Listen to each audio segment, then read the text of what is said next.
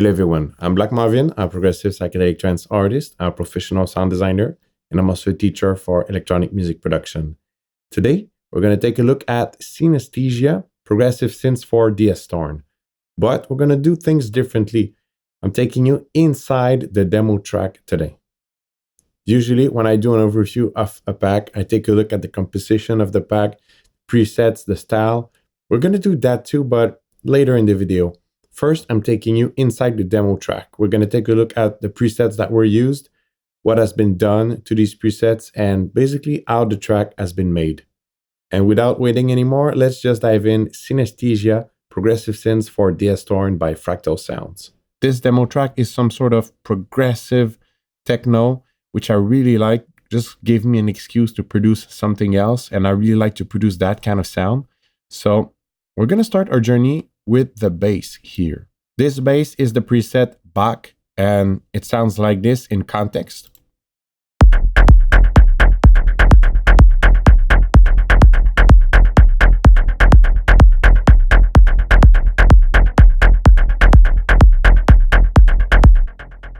Also, you can note that the kick is the clock kick from the Psytech kick pack from Fractal Sounds.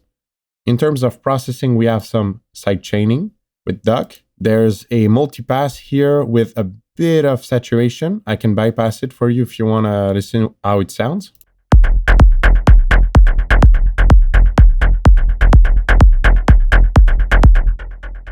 It just brings the mid and high content of the Thorn preset just a bit grittier and more upfront. There's a bridge channel EQ. I'm bringing up a bit of 60 Hertz because I really wanted to have that kick and bass cohesion, so it really blends together. There's also the bridge channel, which I'm using for saturation, like console emulation type saturation. I'm running it through the plugin, and I'm also taking out 2 dB to, again, just, it's mixing wise and balance wise with the kick. And there's also a DGM filter, but it's used for filtering purposes. Now in this section, there's a sequence playing, and this one is Brassy Bombs, and this is how it sounds.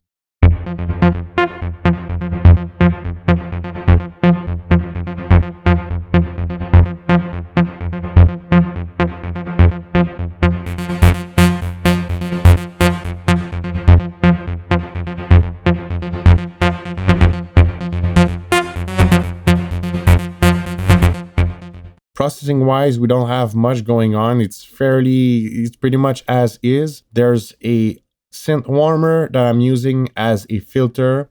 It adds a super subtle saturation when you run stuff through. There's duck, Bridson channel again, because I just really like this one. Again, for soft saturation, and it's a really great tool to manage the gain inside the channel. And there's a parametric EQ, surprisingly, with a very low amount of high pass. But since you can see that it's bussed in that lead lines bus, and it's been processed in another project. The mixing has been done in another project, and ultimately it's been high passed. So don't worry about that. But I think the reason why I did this is I felt that the low end was really fat, and I wanted to make sure to not kill all that nice fatty presence, but filter enough. So in the next step, I did filter enough for it to not conflict with the bass, but I felt like I wanted to preserve as much as possible as that, that fat saw presence. So this is how it sounds so far together.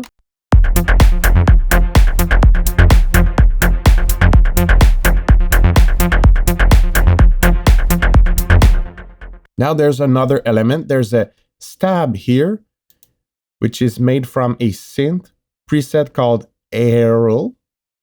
I guess I'm going to pronounce it that way.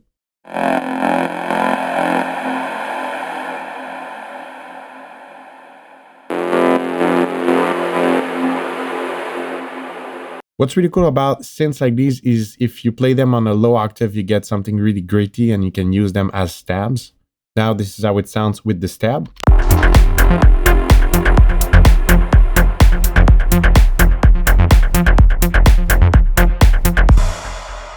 Processing wise on the stab, there's a couple things I did to make it a bit dirtier. First, there's the chorus here, Blue Cat's chorus. It's free and awesome. There's the good old duck for side chaining with my favorite preset that I did for my own use. There's a multipass here and again a bit of saturation on the mid and top band.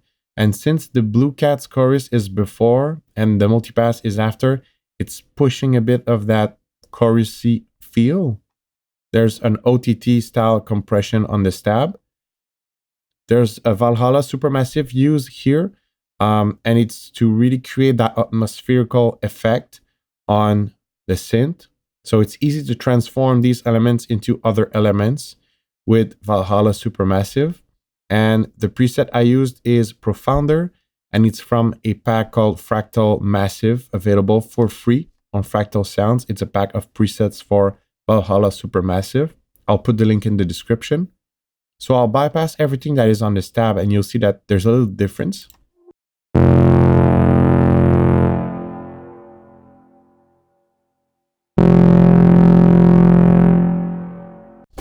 You can hear that it's already gritty. I like the texture, and these effects are there just to solidify and really put it as its place of atmospherical effect in the mix. So this is with the processing.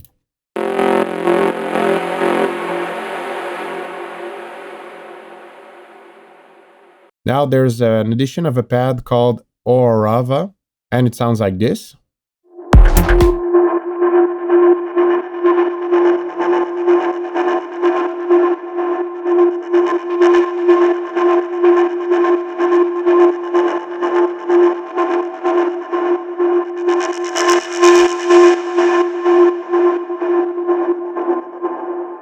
This one is played low as well because I really wanted to keep the atmosphere down to earth, but you can play it on higher notes, of course.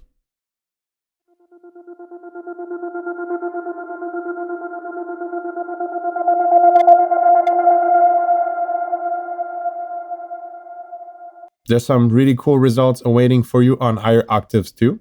Now that's it for the first section of the track, and that's how it sounds all together.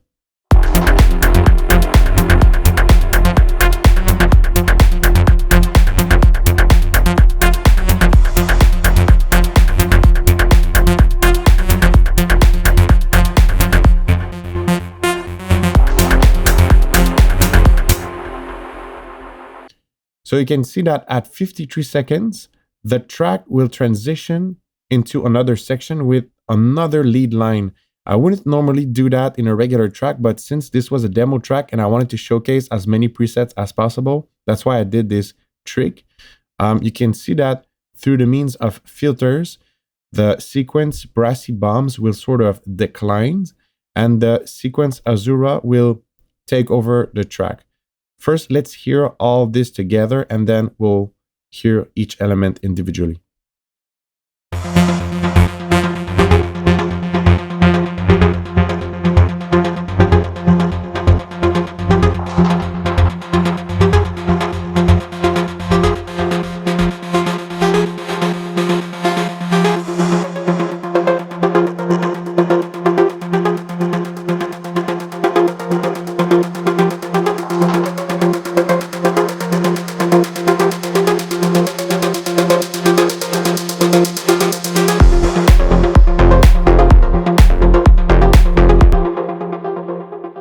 There's a couple things to cover here, and also there's a bass change. The track is switched to another bass line, different preset. It's similar in a sense that it blends well with the track, but again, this is different. Since it's a demo track, I wanted to showcase another bass line. First, let's take a look at the Azura sequence. This is how it sounds when it's soloed.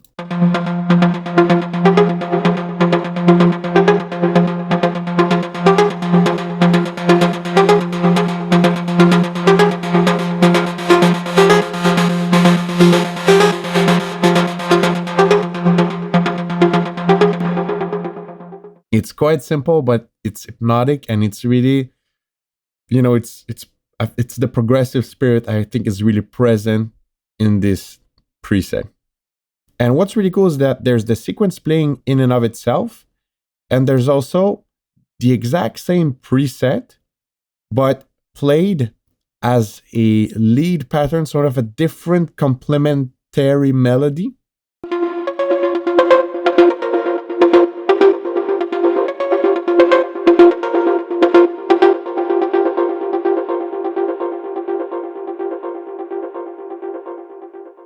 So you can see it's the same preset, Azura again, but it's a different instance of Thorn because I wanted to be able to process it differently. You can hear there's more reverb, and of course it's EQ'd differently, but really it's the same. And what's really cool is that with these sequence, if you play a note and you play them just as is, you get the sequence that is programmed. But if you hit sort of shorter notes like this, you can reprogram your own MIDI and still get you'll hear that it has the rolling feel of the sequence, but since it's playing for a very short amount of time, it's not playing the real sequence, so you can sort of easily re-sequence it yourself, like this.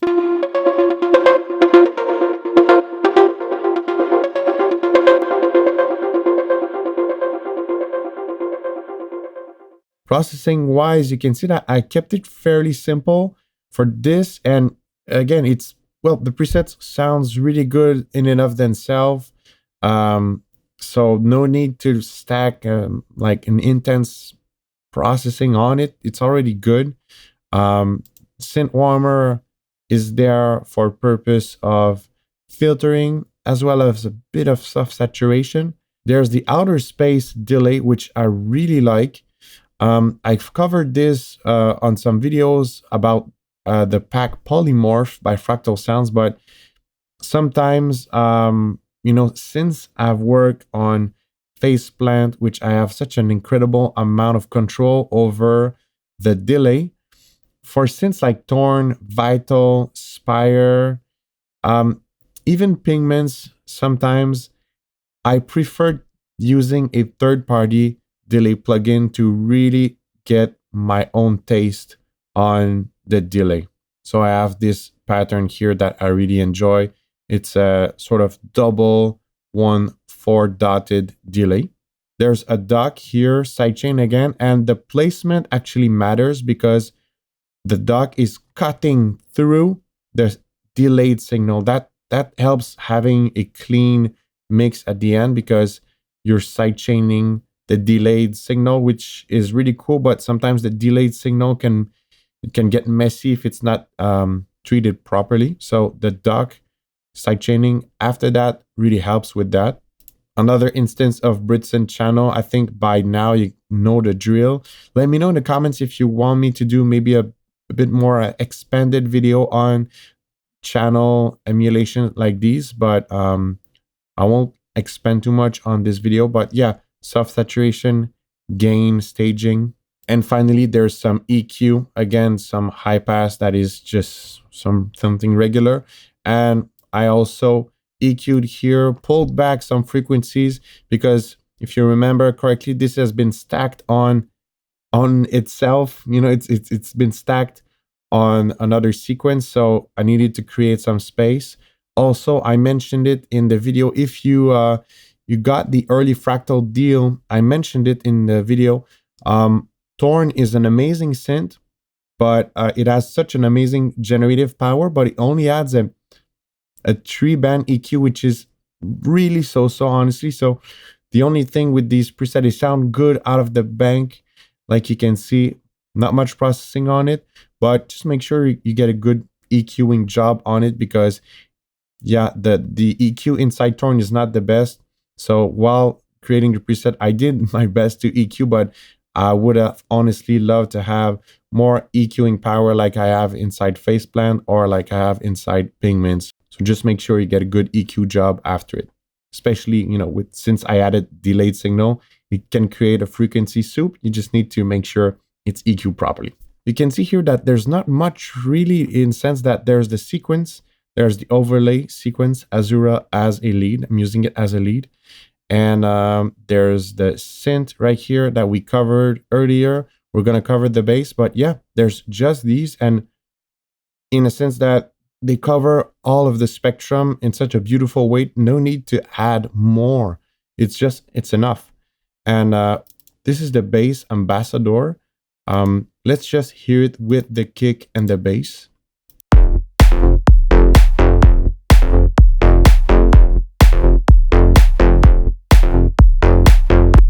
You can hear that I went a bit more Anjuna beat style with this bass line. I like this style, and creating the demo track just again gave me an excuse to produce something like this. So bass ambassador, yeah, it sounds like this. I recall there was a delay pattern on it, but I went dry for this one. And if you remember correctly, the bass in the first section has some kind of delay bounce, which is really cool. But for this one, I went dry. It's really, yeah, and especially there's a lot of things covered in other places of the spectrum. So it sounds very good. And I realized here, I don't do that often, but I ended up routing the bass at the exact same channel as the first one. So the bass from the first part, which usually I don't do, but like I said, I usually don't do double different bass in a project. But that kind of shows that in terms of standardization, all the bass in the pack, they fit well together, they blend well together. I recall that in the mixing project, I might have done just a little final split between the two channels to really get some final adjustment and everything, perfectly balanced. But yeah, so far it has been routed in the same bass channel. So yeah, if you're looking for processing tips, well, these are really good approach in every situation, but also for this pack. Now, for the last part of the video, I'm going to actually just overview the pack. Although I really think that showing you the demo track and how it's been done is a very good example of the type of stuff you can do with the pack. Although I did a stream earlier this week on the channel and I produced some progressive psychedelic trance with the pack. You can go check it out if you have not already. That shows another different aspect of this pack. But so far you have some acid patch.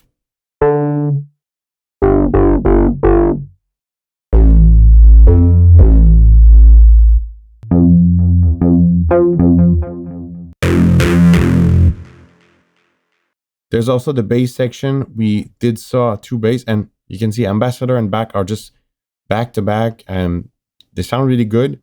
There's many more bass, and there was a trick I want to show like eventually, but you can also use basses as stabs and lead elements. For example, this one is called Womp.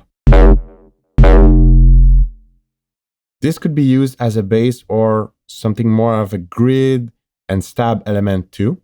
There's a lot of pads in this pack and they all share, and actually the whole pack shares that glassy aesthetic, and it's something really strong inside Thorn, and it's been put up front in the whole pack.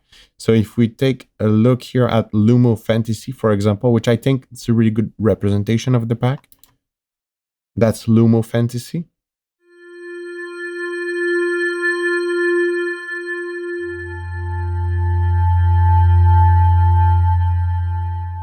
There's some plucks in the pack, and you can guess that they all have that glassy and crystalline nature.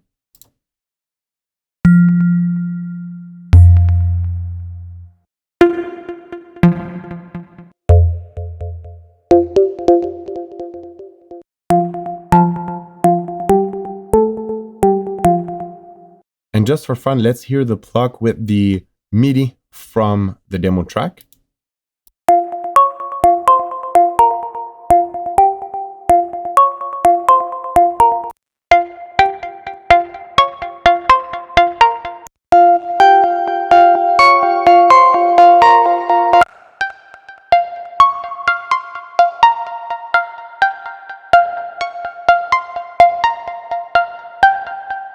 So the sequence are a big part of the pack. You can see that I used two of these in the demo track, but there's much more, and each of them they have the power to be the core elements of any tracks of the progressive style.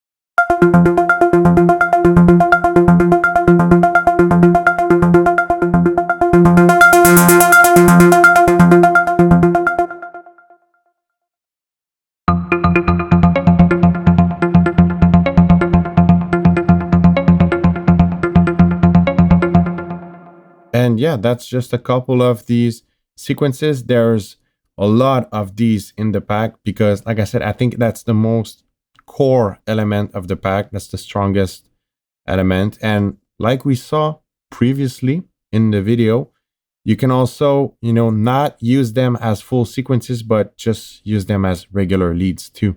But again, like the whole pack, there's always that crystalline, glassy, magic Thorn touch to it. And finally, there's the synths. The motto for the synths was, if I can do it in another synth, I won't do it in Thorn.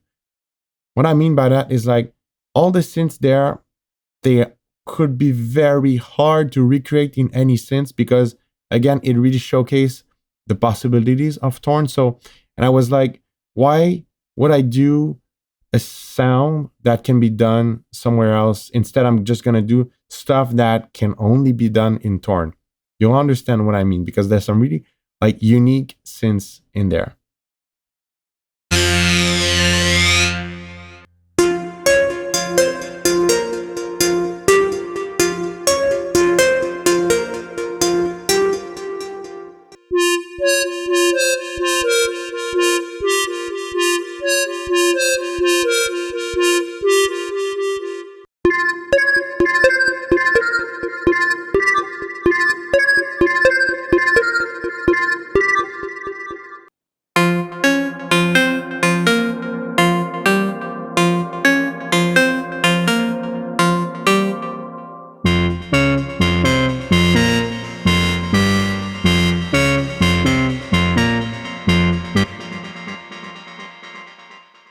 Yeah, since they can be used as leads, they can be used as stabs, and also like we saw in the demo track, they can be easily converted into more atmospherical and FX type elements. And that's it for the overview of the pack. It's hard to show everything, but I really feel like I showed the true colors and the core elements of this pack.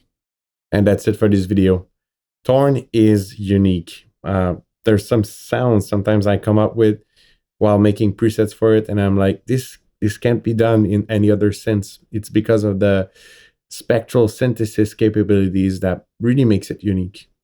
Synestesia Progressive Synths for DS Thorn is out now on Fractal Sounds, and depending on when you're watching this, there's currently an early Fractal offer, and this includes the pack at 50% off and a 27-minute video covering how the harmonic filter works inside DS Thorn. And the harmonic filter is a unique beast that really contributes to the spectral synthesis aspect of DS Thorn, and it's really part of the specific character of it, so it's great to know how it works. I think it's great for anybody who enjoys presets but also wants to start fiddling with synths, because the harmonic filter is powerful, but it's not something very easy to understand. It took me a while, actually. If you need some help with electronic music production, I have a community of students where there's some group lessons, one-to-one lessons, and some more educational content. So if you're interested, you can write to me on Instagram and we can discuss how you can become a better producer. And until then, I will see you in another video. Happy producing.